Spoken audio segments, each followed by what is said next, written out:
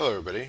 So the last tutorial video I made on basic editing with Blender apparently went a little fast for beginners, and I could see how that would be the case.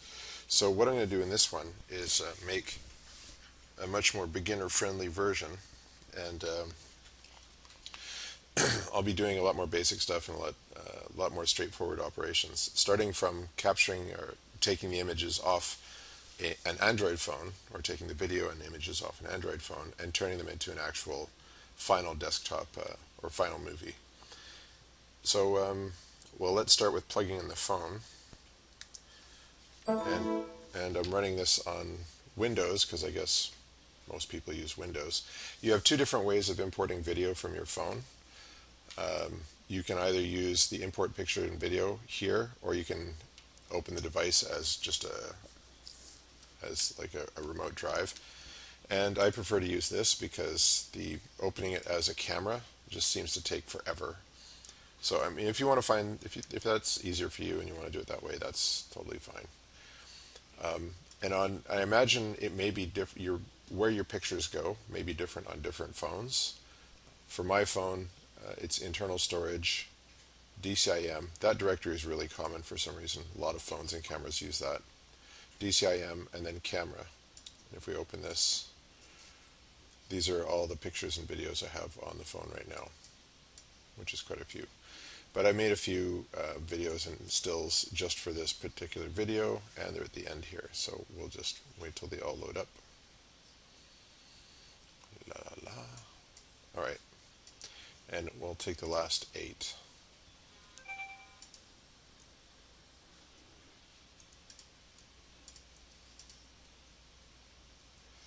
And we'll make a folder on the desktop called new, say, Blender tutorial. That doesn't look good. Anyway, import these. Now, actually, you know what? Never mind. All right, so there are my temporary, or my stills and videos. Now for Blender, if you want to download the latest, which I highly recommend you do, bring this up and go to blender.org and click the download Blender button here. Pick the appropriate Windows or Mac or Linux, whatever operating system you're using. You can either download from USA or somewhere in Europe, and pick the I'd pick the installer, but again, it's up to you. So once you get Blender and you install it, you should be on at least 2.65. 2.66 is coming out very shortly, so that'll be the next one. But for video editing, I don't think it makes much difference. So we'll stick with 2.6, or we'll just talk about 2.65, and it should all work with 2.66. So,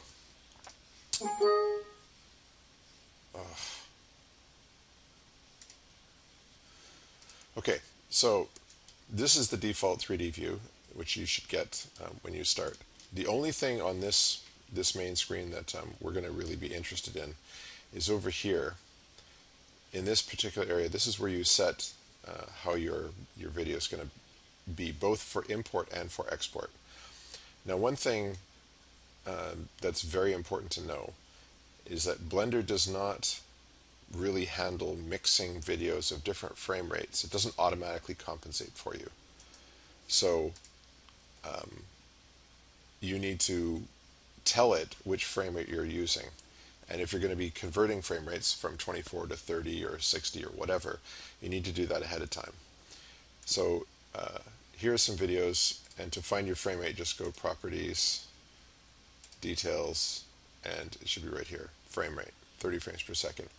Now the frame rates that you'll see, there's 4 standard frame rates that you'll likely see on any consumer device. 29.97, 30, 23.99 or 23.98, and 24. So there's 23.98 and 24, which are both basically 24, and 29.97 and 30, which are both basically 30. But it does make a difference, and if it's a short video, just a couple minutes long, you won't really notice a difference. But if you're doing like a 10 or 15-minute video, the difference between 29.97 and 30 means your audio will slide out of sync. So if you notice that your video is sliding out of sync, then you may actually be having the incorrect frame rate. So we're going to use 30. Now, one thing I noticed here, this video was recorded on my front camera, and this records on the back camera. And in the front camera, if we go to Properties, you see it's 24 frames a second. Now, I know that my iPhone uses a variable frame rate, so it will actually wander between 24 and 30 based on light levels. So if the lighting is too low, it will actually drop the frame rate. It may be that the Android's doing the same thing. The other thing, though, is that this video is recorded with the front camera, this one is recorded with the back camera, and it may be that the front and back cameras use different frame rates or different or different compensations. So just keep that in mind. So anyway, we're going to use 30, which means this 24 one might look a little bit odd. It'll be about 10% too fast if I just incorporate that. So go back to Blender here. So we'll set this. See, here's your 29.97 and 30. This is also known as drop frame. So if you ever hear somebody use the term drop frame, this is what that is. So let's pick 30. And you can also pick what the output resolution is going to be, 1920 by 1080. Now, there's no point in going higher resolution than what your input source is. And the input source, say, if I pick this one here,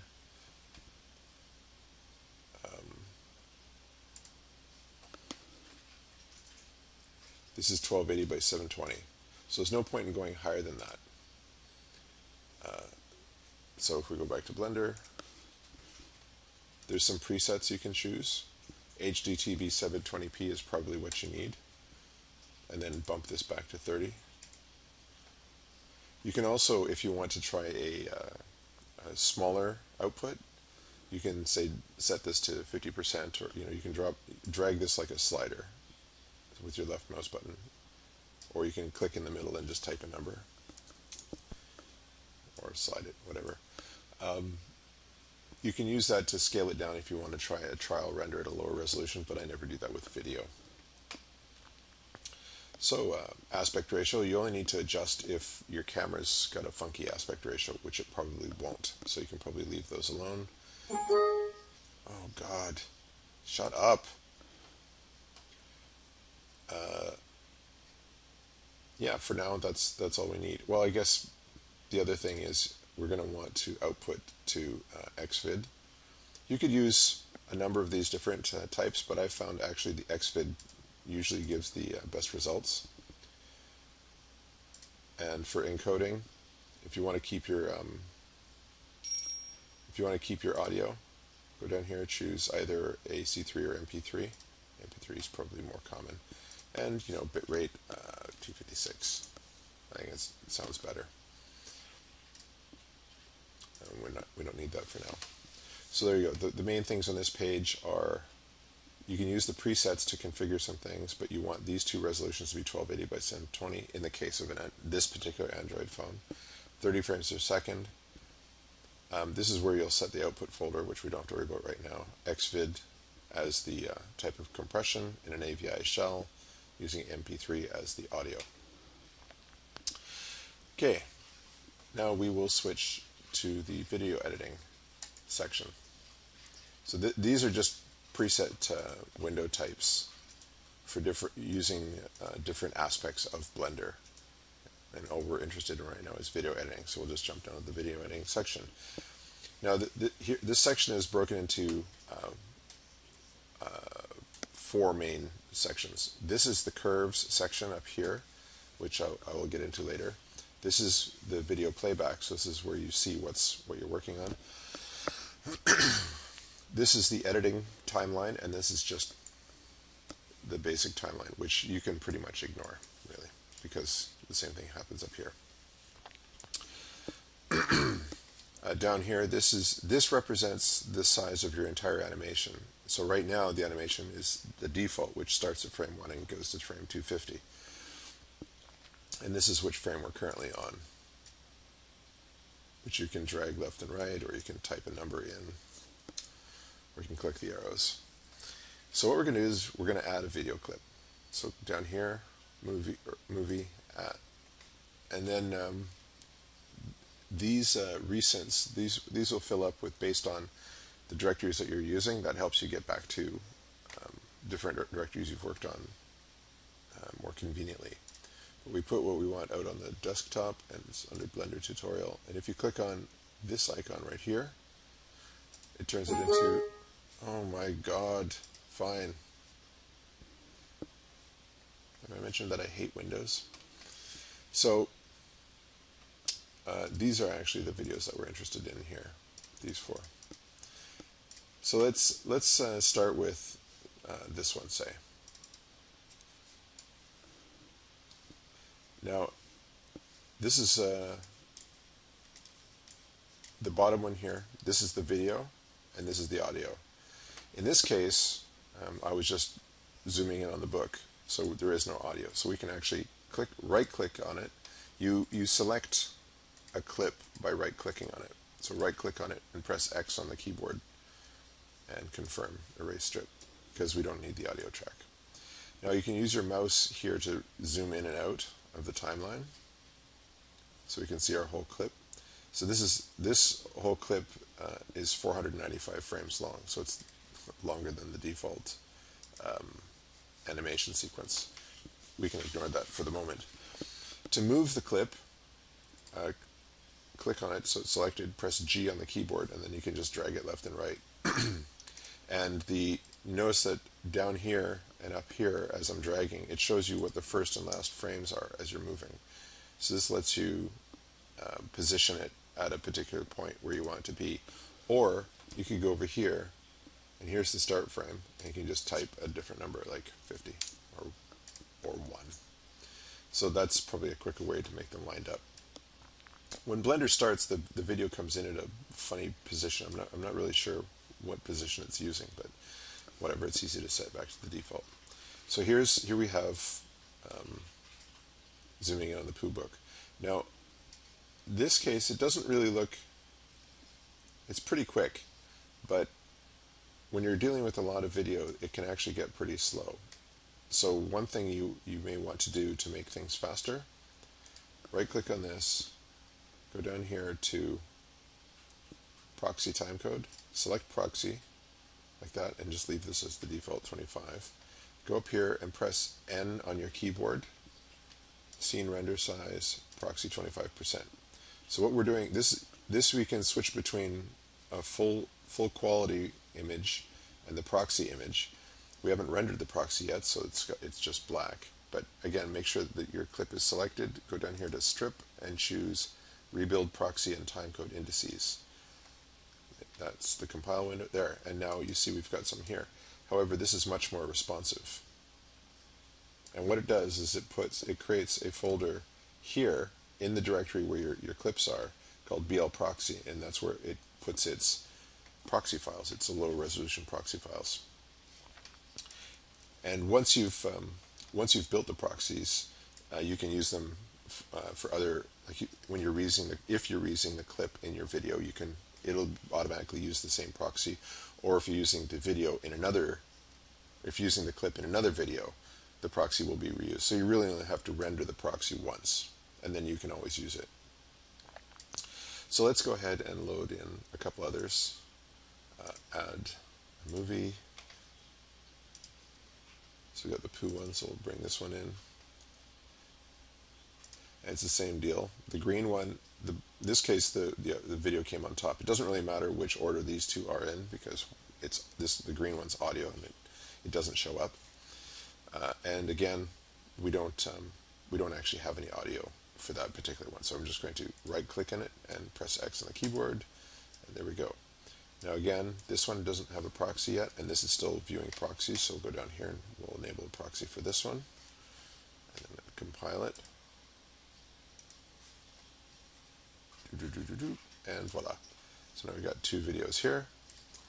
And again, you can move these horizontal or these vertical snap positions. These are tracks, and you can just drag them up and down. The main thing or the main reason why you have things on different tracks is when you want overlap for like transitions. And the video is played from the top down. If you imagine the camera's up here looking down, so that when we go to this one, it snaps over. This video is still here, but this one's overwriting it. And if we scaled this one down, this bottom one would show through. See if I did. If I said strip, add effect strip and transform, and then here I scaled it down. Where's the scale? Uniform scale, and we reduce it. Oh, and also set this to overdrop, and then hide this one, which I will show you in a second. But there you go. That shows that this one is on top of this one. That's a sneak peek at what's coming up. So what we know right now is loading strips, setting the proxies, G to move them around.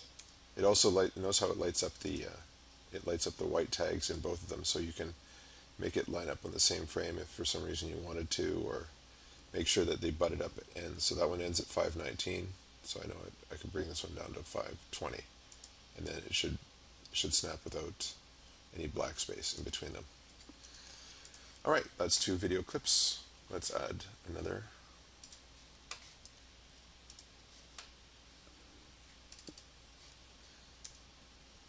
And if you overlap them like that, see how the green overlaps the blue? When I let go, it'll snap it out. So when you're putting video down, remember not to actually make two clips physically overlap the same region like that. That's a no-no. And for this one, also, this is the, if we go back to here, we can see which one this is. This is about a camera. Also, no audio, so again, click this, hit X, click this, down here, proxy, rebuild proxy, la la la, switch this back to proxy, and we can see here, see how you can actually see the grain. Switch back to full render, and, well, actually in this case it's not a lot better, but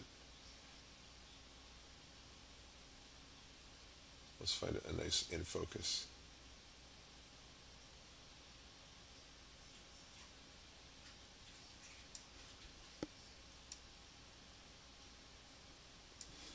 If we go back to here,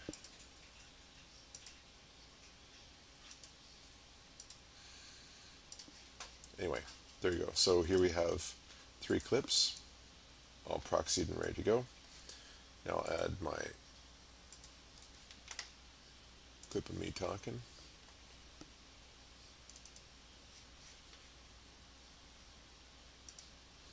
I do want the audio in this case, so we're going to leave that there, but I'm going to render the proxy here.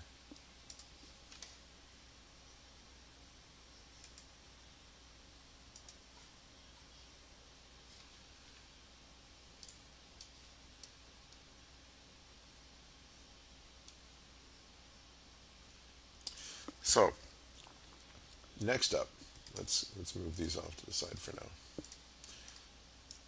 Oh yeah, the other thing is, if you move, these two need to stay in sync because there's audio there, right? But if I grab this one and move it by itself, it moves away from the audio, and you don't want that. Escape on the keyboard will stop the drag. Also right click will stop the drag, and left click actually places it. Control Z is for undo, which is nice. So to move them together, right click one, shift, right click the other one, and then when you move, they both move together. Sorry. Okay, so here we can see that the video ends like here, and then I cut off. So maybe at where the camera starts to turn, we'll think of that as the end.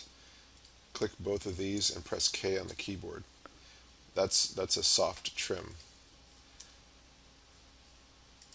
And we'll get rid of these two. So right click this one, shift right click that one, hit X. There. Now, these tails mean that that footage is actually still there. It's just been soft truncated. And if I clicked on the handle, not just the middle of the thing, but right on the end, the handle, and press G, I can now drag the end of the clip and basically lengthen it and shorten it. So I could lengthen it all the way to the end of the actual clip. Oh, I guess it will let me drag out, but that doesn't really mean anything. Anyway, we want to edit frame and down frame 240, and there's an edited clip there. Now for the audio, to actually hear it, let's say we want audio scrubbing and AV sync, and right click on this, and over here say caching and draw waveform, just because I like to be able to. This, by the way, is if I'm holding down the control key and then with my middle mouse button dragging up and down, we'll do a vertical scale, and left and right we'll do a horizontal scale. So if you want to get a closer look, you can see that the waveform is being drawn there.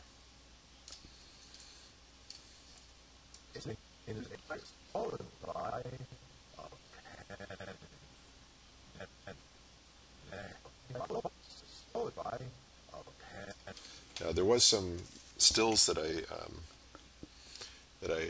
took, so let's go back to the camera here. And I forgot that it actually puts all the stills and then all the videos. So we'll take these stills and we'll bring them into the same folder here. Go back to here. And let's play this. Alt-A will play it. In the news today, pliers, followed by a pen. So I did this meaning like a little floaty over thing. So let's add an image. Pliers. G to grab it over here. So pliers. And we also want a pen. Which is the other one.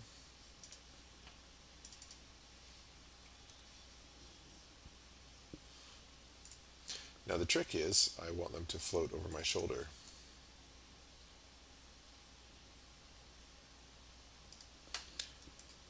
To make them float over my shoulder,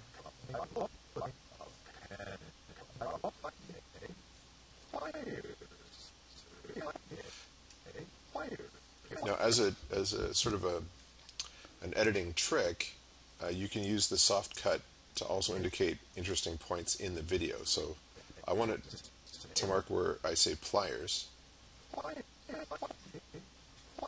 because I want the pliers to appear. So say about right there. If I do a cut here, I know that this is where the pliers appear. And then I want to know also where it says a pen. Oh, move out of the way for a second. YouTube.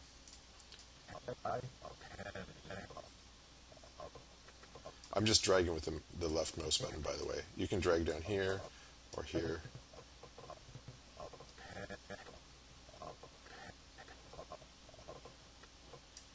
So let's mark this. Again, shift right click and hit K. So this is the pliers mark and the pen mark. This is the pliers, so let's put this over here. Pliers, followed by a pen. So you could leave it like this pliers and then watch it play. today, pliers, followed by a pen. And that works. But if you wanted to do a floaty over the shoulder effect, right click on the pliers, and then we add a transform. And holding down shift and middle clicking allows us to drag this up and down and left and right. So control middle click allows us to scale. Shift middle click allows us to move it. So we got lots of tracks here, so we can add more. Now the way this works, this transform, we can do things like translate, scale, and stuff, and that works. It basically creates like its own version of this one. So now there's if you imagine that there's two of this video clip here. So if we did a scale down, it would be showing through this one. So to hide it, right click on this and press H. So the video is still there and the transform will still work on it, but now it'll show through to the one below. So we right click on this.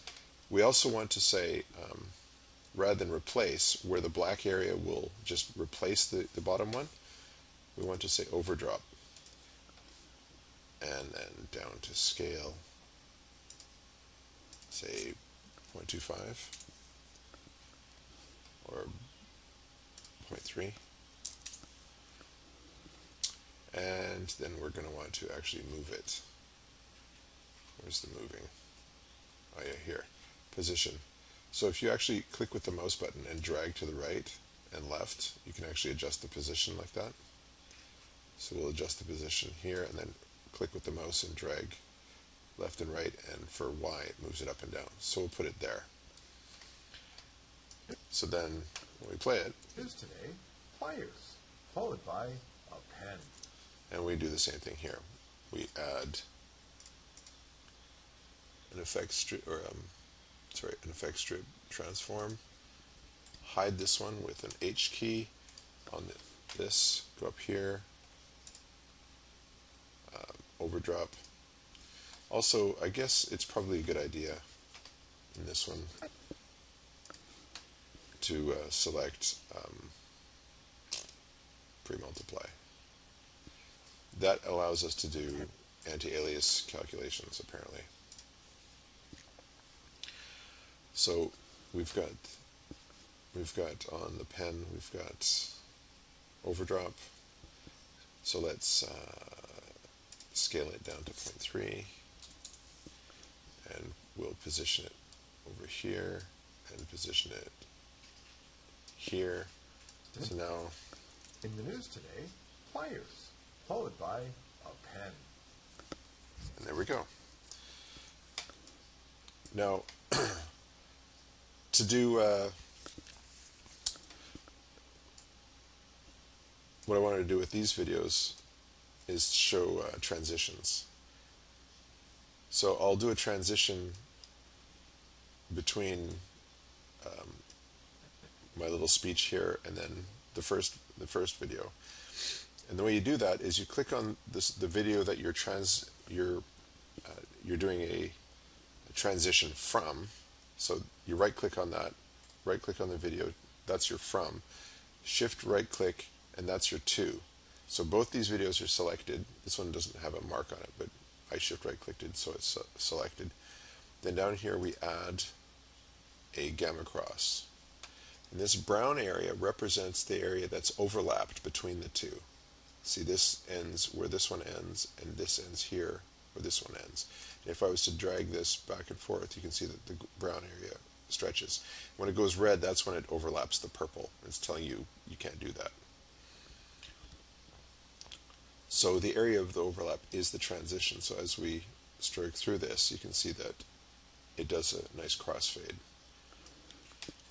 Now let's say I wanted to just look at this for a second, and I'll cut it here with the K key, move this one off, and let's say I want to transition, I want to do a crossfade to the camera. Right click on this, shift right click on this, add, effect strip, gamma cross, and there you go. Now let's say, where's the other one? Oh, here we go. And we'll make this one a little shorter too. Say to there. Now we'll move these two over here, bring this one over back.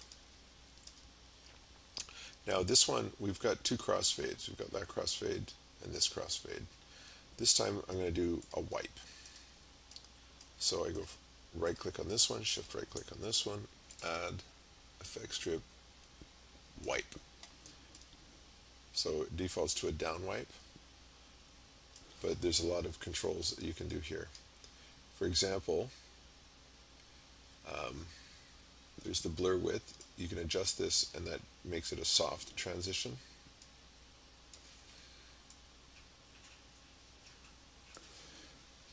You could make this a clock transition or a iris. Incidentally, you could use this as a vignette by holding the transition one part way through, which I'll show later how to do.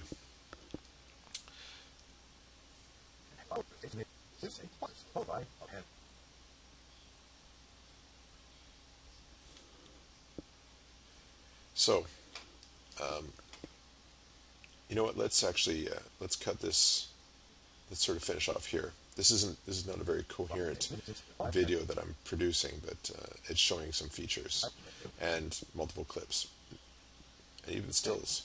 So let's finish it here. So I'll cut the video here, move this off to the side, and let's say I want to fade to black. So then I will add an effect strip of color. Where are you? And again, you can grab the ends and you can make these as long as you want. Right click on this, shift right click on that because we're doing a crossfade. Add gamma cross. And there we go, fade out. And let's say that's where we want to stop. This tells us we're on frame 440. So if I just click on that 250 and type 440, there.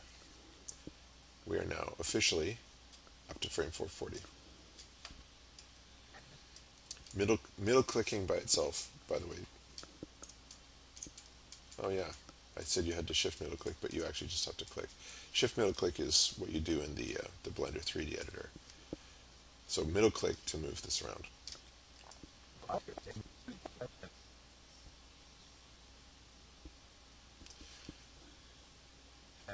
Okay, so let's say that we're happy with the video. Click on this and go back to the default page. And now we have to pick where we want the video to go. So choose an output directory. We'll write straight to the desktop, and let's call this btoot because I'm not very creative. So we've got our output, we've got our presets, we've got everything done. So now we just say, oh, last but not least, we want to say under post-processing here, make sure that compositing is chosen, probably not sequencer. Sorry, sequencer, not compositing. What am I thinking? This is what we've been editing is in the sequencer. And press animation. And now it's going to build the animation out to disk. And even though we are working in proxies, it's going to build a full frame animation.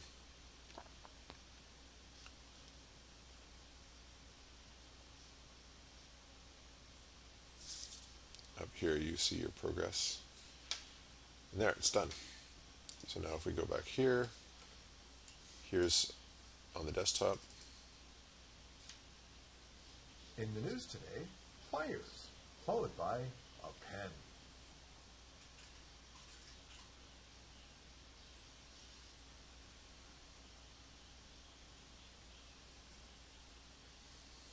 There you go.